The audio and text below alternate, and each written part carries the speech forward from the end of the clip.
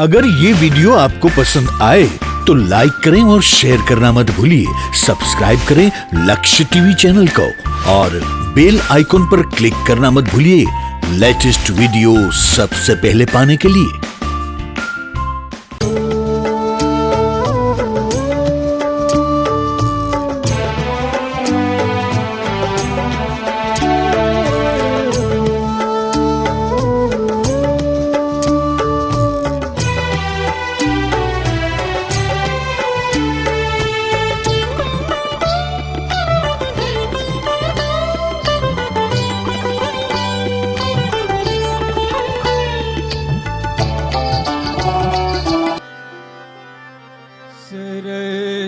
સરસ્વતીનું મંદિર ન્યારું વિદ્યા આપે ન્યારી ન્યારી સરસ્વતીનું આ પ્રાર્થના કથા કીર્તનની બુકમાં છે.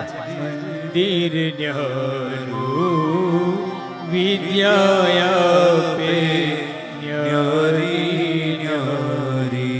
ગુરુ ચરણમાં આવતા અમે ગુરુ ચરણમાં આવતા અમે નાના નાના બાળ સહુ ભગવાન નાયમે હસતા રમતા બાળ સહુ ભગવાન. ઈશ્વરની પ્રાર્થના કરજો બાપ. રોજ સવારે વહેલા ઉઠી ઈશ્વરની પ્રાર્થના કરી, માતા પિતાને વંદન કરી અને આપના કર્મ સાર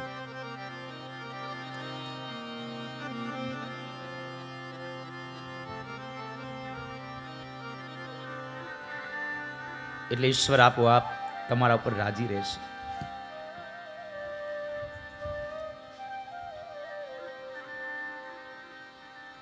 ઇન્દ્ર મદ ભંગ લીલાની કથા બતાવી. ત્યારબાદ સુખદેવજી મહારાજ રાજા પરીક્ષિતને કહે છે કે રાજા સાંભળ, હવે પછી કથાઓ આવી છે પંચાધ્યાયી રાસની, એ મહારાસની કથા.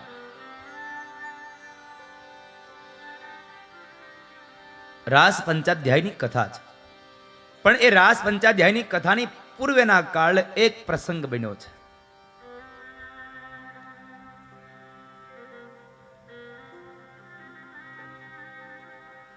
કે એક વખતના સમયે યમુનાના કિનારે કદમના ઝાડ નીચે ભગવાન શ્રી કૃષ્ણ અને રાધિકાજી આ બેઉ બેઠા છે. બે વાતો કરે અને એવાની અંદર બરાબર રાધિકા એક વાત કરે છે કે કનૈયા, એક પ્રશ્ન કહું, એક વાત કરું? બોલને રાધા, શું વાત છે? મને એમ થાય છે કે હું આટલી ગોરી છું અને તું આટલો કાળો છે. જો તું આટલો ગોરો હોત તો મારી તારી જોડ કેવી જામી જાત, આપણા બેની જોડ કેવી જામત. કનૈયો કે છે તારી વાત રાધા સાચી છે, એમાં જરાય ખોટું નથી. પણ હવે હું તને કહું, તું ગોરી છો અને હું કાળો છું એટલે સારું છે. જો હું તારી જેમ રૂપાળો હોત ને તો તારી સામે કોઈ જોવતય નહીં. આ તો હું શામ છું એટલે તને બધાય જોવે છે. બાકી જો હું રૂપાળો હોત તો તારી સામે કોઈ જોવત પણ નહીં.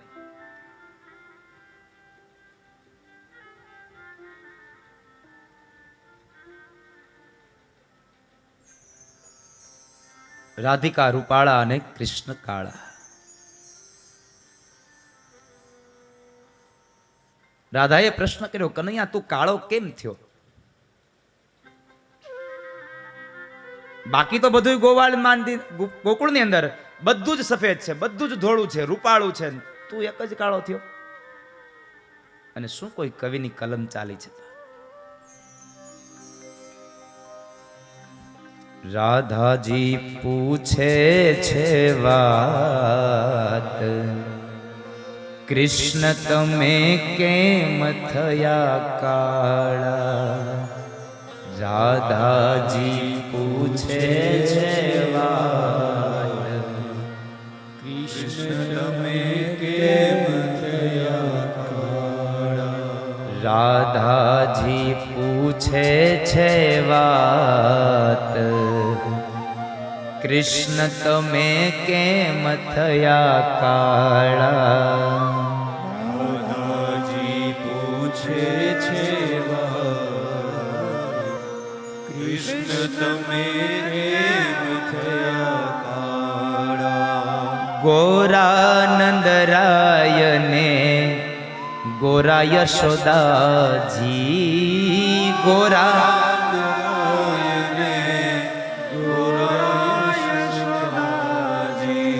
ગોરાનંદરાયને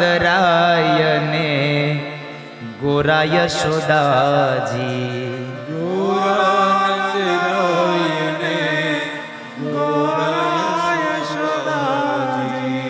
ગોરા છે બલભદ્ર વીર. કૃષ્ણ તમે કેમ થયા કાળા, ગોરા છે વીરભદ્રજી. કૃષ્ણ તમે કેમ થયા કાળા, ગોરા છે બલભદ્ર વીર. કૃષ્ણ તમે કેમ થયા કાળા, ગોરા છે વીરભદ્રજી. કૃષ્ણ તમે કેમ થયા કાળા, કાલિંદીમાં કાળી નાગને નાથ્યો,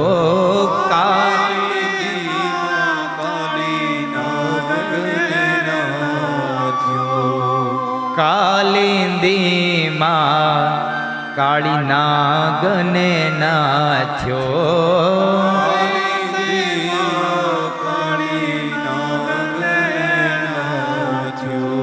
લાગી અમને મુખડાની ઝાડ, કૃષ્ણ અમે એમ થયા કાળા.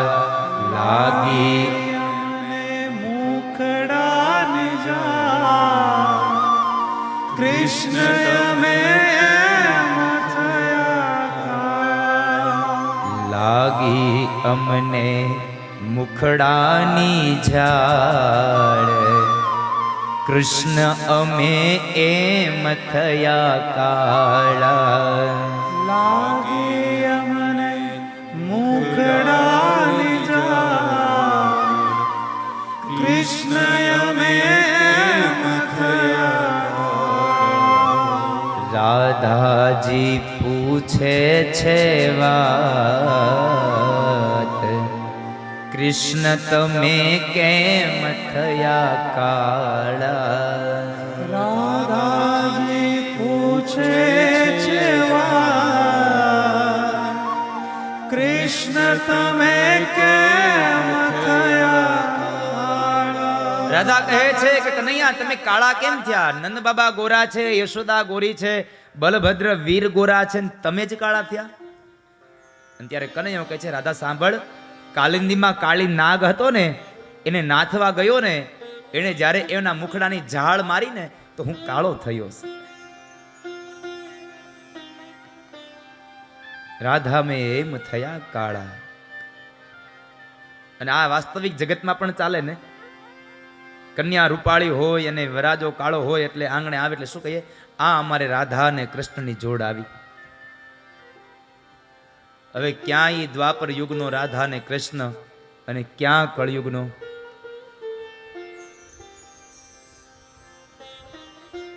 પણ માને તો હરખ જ ન હમાય. આ તો અમારે રાધા અને કૃષ્ણ જ છે. મેં આગળના દિવસમાં કહ્યું હતું ને, માણસ કોઈકને સહજતાથી પદવી આપતા જરાય પાછો ન વળે.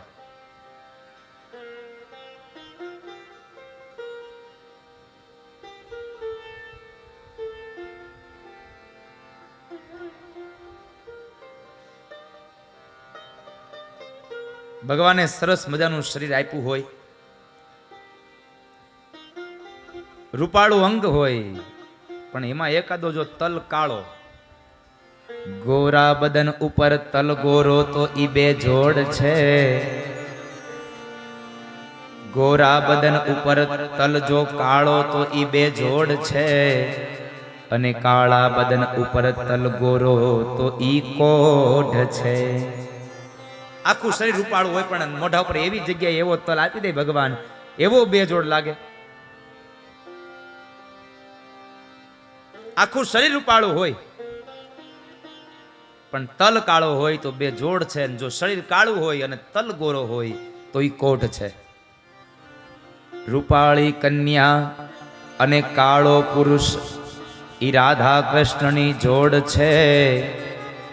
રૂપાળી કન્યા અને કાળો પુરુષ ઈ રાધા કૃષ્ણની જોડ છે, પણ કાળી કન્યા ને રૂપાળો પુરુષ ઈ રોજની માથા કૂટ છે.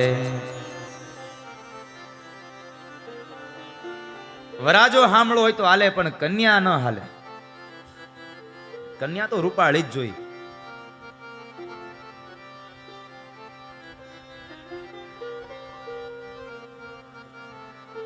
એટલે કહેવું ગમે પણ ખરું છે. કાનુડો કાળો કાળો રાધા છે ગોરી ગોરી. કાનુડો કાળો કાળો રાધા છે ગોરી ગોરી. છે એક નવલ કિશોર, છે એક નવલ કિશોરી. કાનુડો કાળો કાળો રાધા છે ગોરી ગોરી. કાનુડો કાળો કાળો. મન વશ કરીને જોતા શુદ્ધ પ્રેમ જાખી થાય. મન વશ કરીને જોતા શુદ્ધ પ્રેમ જાકી થાય. કોઈ ગયું મુજ ચોરી, કોઈ ગયું મુજ ચોરી. એ દિન હૃદય ચોરી. કાનુડો કાળો કાળો રાધા છે ગોરી ગોરી. કાનુડો કાળો કાળો. કાનુડો કાળો કાળો ને રાધા ગોરી. મન વર્ષ કરીને જોતા જો પ્રેમ ઝાંખી થાય.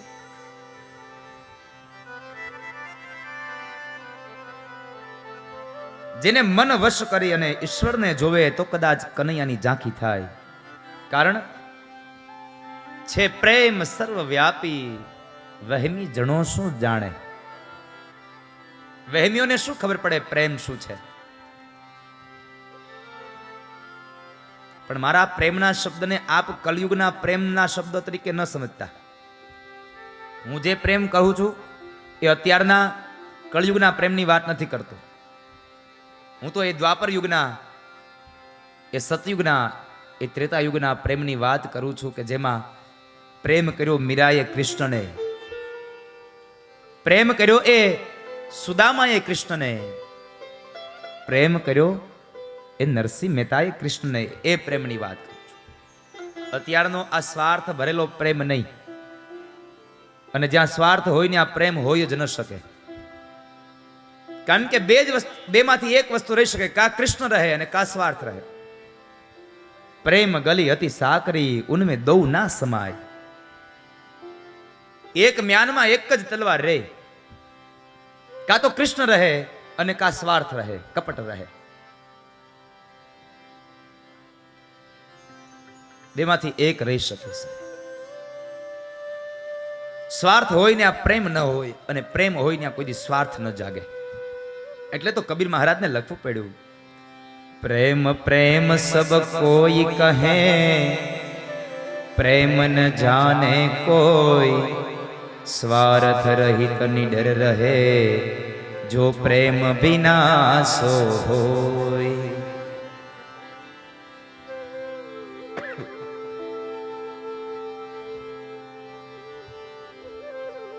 પ્રેમ પ્રેમ સબ કોઈ કહે, પ્રેમ ન જાને કોઈ, સ્વાર્થ રહિત નિડર રહે, જો પ્રેમ વિના સો હોય. જેને સ્વાર્થ નથી ભર્યો એને પ્રેમ થાય છે.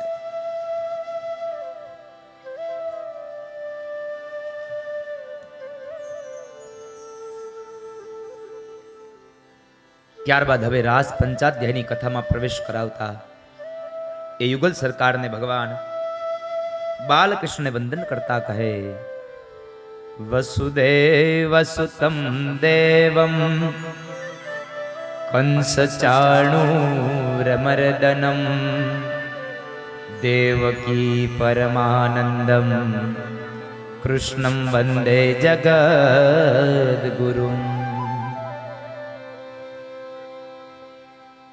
કૃષ્ણમ વંદે જગદ્ગુરુ.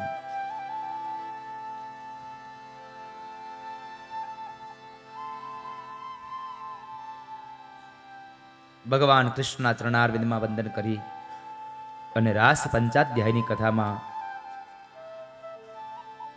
સુખદેવજી મહારાજ રાજા પરીક્ષિતને કહે, સાંભળ રાજા, હવે રાસ પંચાધ્યાયની કથા આવી છે અને રાસ પંચાધ્યાયની કથા એટલે મહારાસની કથા. આ કોઈ સામાન્ય રાસ નહીં, આ તો મહારાસ છે. અને એ પણ એક સ્ત્રી અને પુરુષ વચ્ચેનો નહીં, જીવ અને ઈશ્વર વચ્ચેનો મહારાસ છે.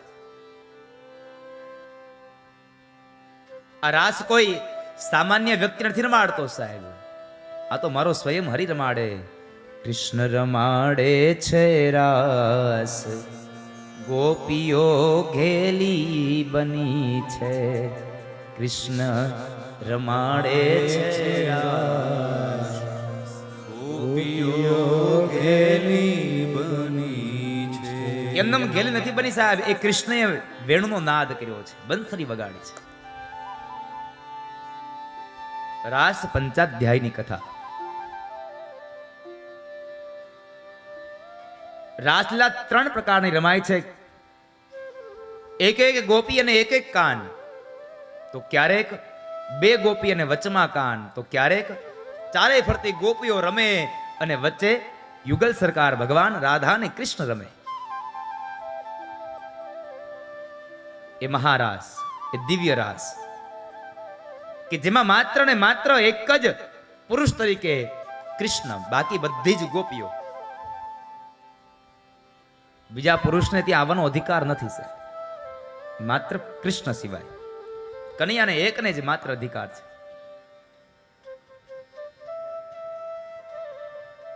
એ કનૈયાને એકને જ અધિકાર છે.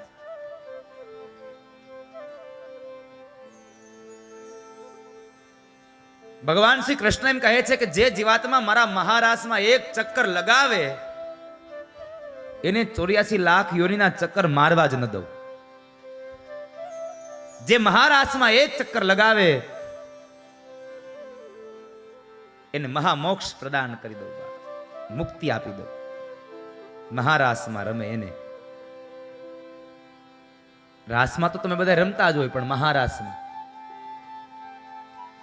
મહારાસમાં ક્યારે જઈ શકો કે જ્યારે મહારાસમાં તમારે જવું હોય તો તમારી અંદર પડેલા પેલા વાસનાના વસ્ત્રોને ઉતારી નાખવા પડે. કામ, ક્રોધ, લોભ, મદ, મોહ, મત્સર અને ઈર્ષા, આ વાસનાના વસ્ત્રોને મૂકી દો તો તમને મહારાસમાં અવસર મળે, તો જ મહારાસમાં પ્રવેશ મળે.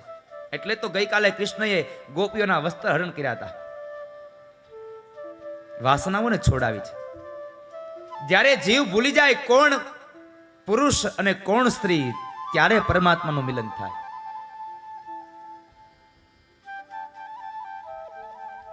ત્યારે ઈશ્વરનું મિલન થાય. એક એક ગોપી ને એક એક કાન રાસ રમે શ્રી ભગવાન કૃષ્ણ રાસ રમે છે. આ ભગવાનની સાથે કઈ ગોપીઓ? તો ભાગવતકાર એમ કહે છે કે રામા અવતારમાં જે સાધુ પુરુષ હતા, સંતો હતા, એ તમામ સંતો દ્વાપર યુગની અંદર ભગવાન કૃષ્ણની સાથે લીલા કરવા માટે બધા જ ગોપીઓ બનીને આવ્યા છે. ભગવાન કૃષ્ણને ગોપીઓ બહુ વાલી છે, અંતરમાં વાલી છે. એટલે તો હજી પણ લોકો વૃંદાવનમાં ઘણા પુરુષો એવા છે કે જે કાનમાં કડીઓ પહેરે છે, નાકમાં નથડી પહેરે છે અને આખું જીવન ગોપી ભાવમાં પસાર કરે છે, કારણ અમારા કૃષ્ણને ગોપીઓ બહુ વાલી. હજી પણ ઘણા પુરુષો છે.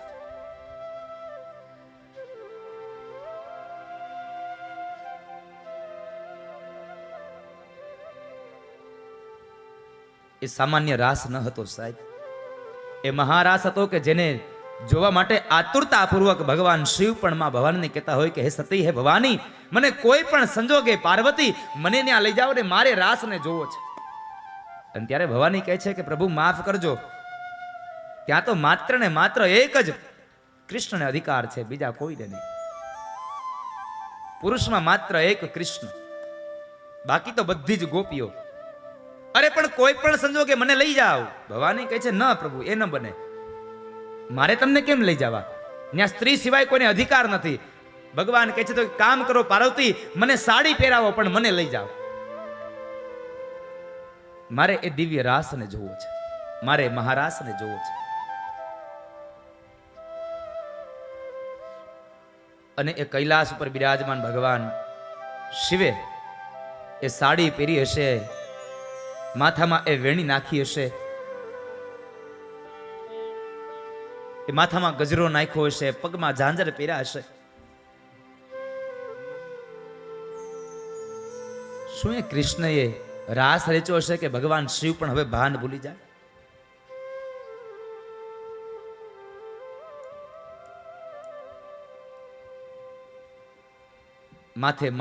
માથે સાડી ઓઢીને એ શિવ આવે છે.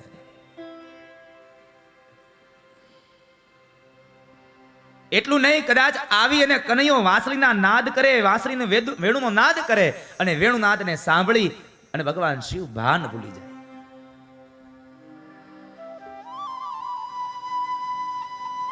શું કનૈયાનો રાસ હશે?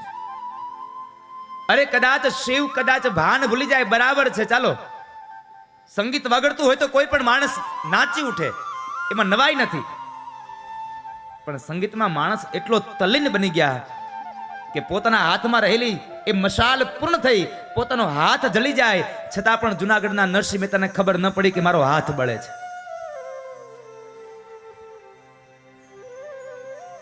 એ તન્મય બની જાય સાહેબ, એકાગ્ર બની જાય, એક ચિત્તથી ભગવાનનું યજન કરે.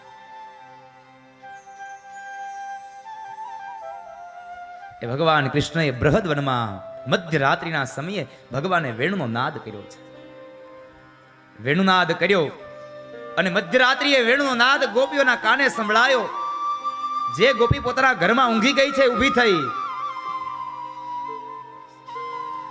ઊભી થયેલી ગોપી ચાલવા લાગી, ચાલતી ગોપી દોડવા લાગી અને કહેવાય છે કે કનૈયાના વેણુનો નાદ સાંભળી જાણે આકાશમાંથી વરસાદ વરસે અને ગંગામાં પૂર આવે એમ વ્રજની વ્રજાંગનાઓ બૃહદવનમાં જવા તૈયાર થઈ છે. બા કનૈયાનો વેણુ નાદ થયો, કૃષ્ણ અમને બોલાવે છે, અમારો શ્યામ અમને બોલાવી રહ્યો છે.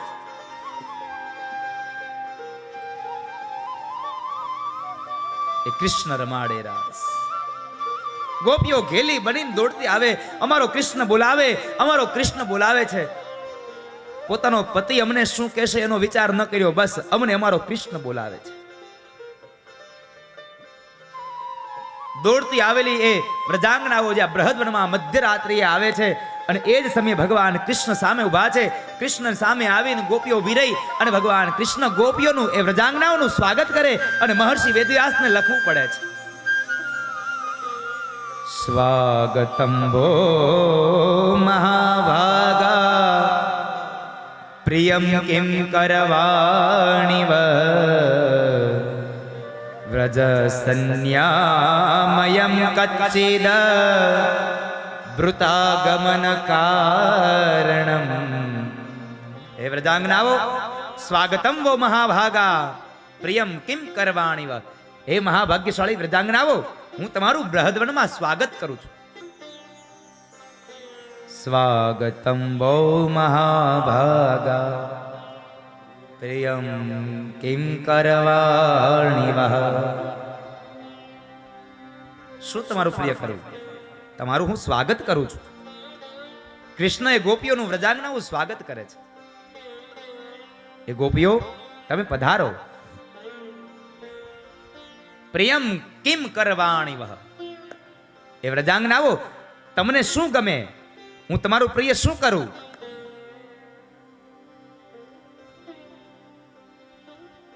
અને અંતમાં વળી પાછો કનૈયો એમ પણ કહે, વૃતાગમન કારણમ. વૃતાગમન કારણમ.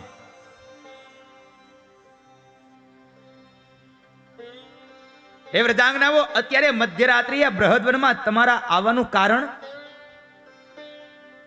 હવે આમાં શું સમજવું સાહેબ? મેં હમણાં કીધું તું ને આગળના દિવસોમાં, કૃષ્ણને સમજવો બહુ અઘરો છે. એક તો પેલા વેણુનાદ કરીને બોલાવે, પેલા વાંસળી વગાડે બોલાવે વાળા સાહેબ, અને ગોપીઓ આવે એટલે સ્વાગત કરે. સ્વાગતમ વો મહાભાગા પ્રિયમ કિમ કરવાણી વા. એ વ્રજાંગનાઓ તમે તો બહુ ભાગ્યશાળી છો કે આ સમયે તમે અહીં આવ્યો છો. હું તમારું સ્વાગત કરું છું અને તમને શું ગમશે, લાવો હું તમારું પ્રિય શું આપું. આટલું કહી અને વળી પાછું ઉમેરે, આ સમયે તમારે અહીંયા ન આવવું જોઈએ. વૃતાગમન કારણમ.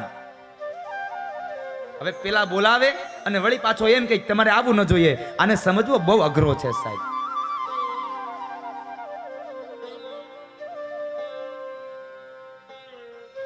એ તો એક જ સમજી શકા નરસિંહ મહેતા.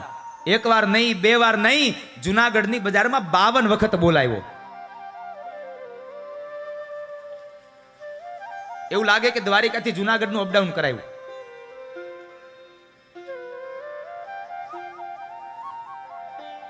ચાહે એ શામળસાના લગ્ન હોય, કુંવરબાઈનું મામેરું હોય કે પોતાના પિતાશ્રીનું શ્રાદ્ધ હોય.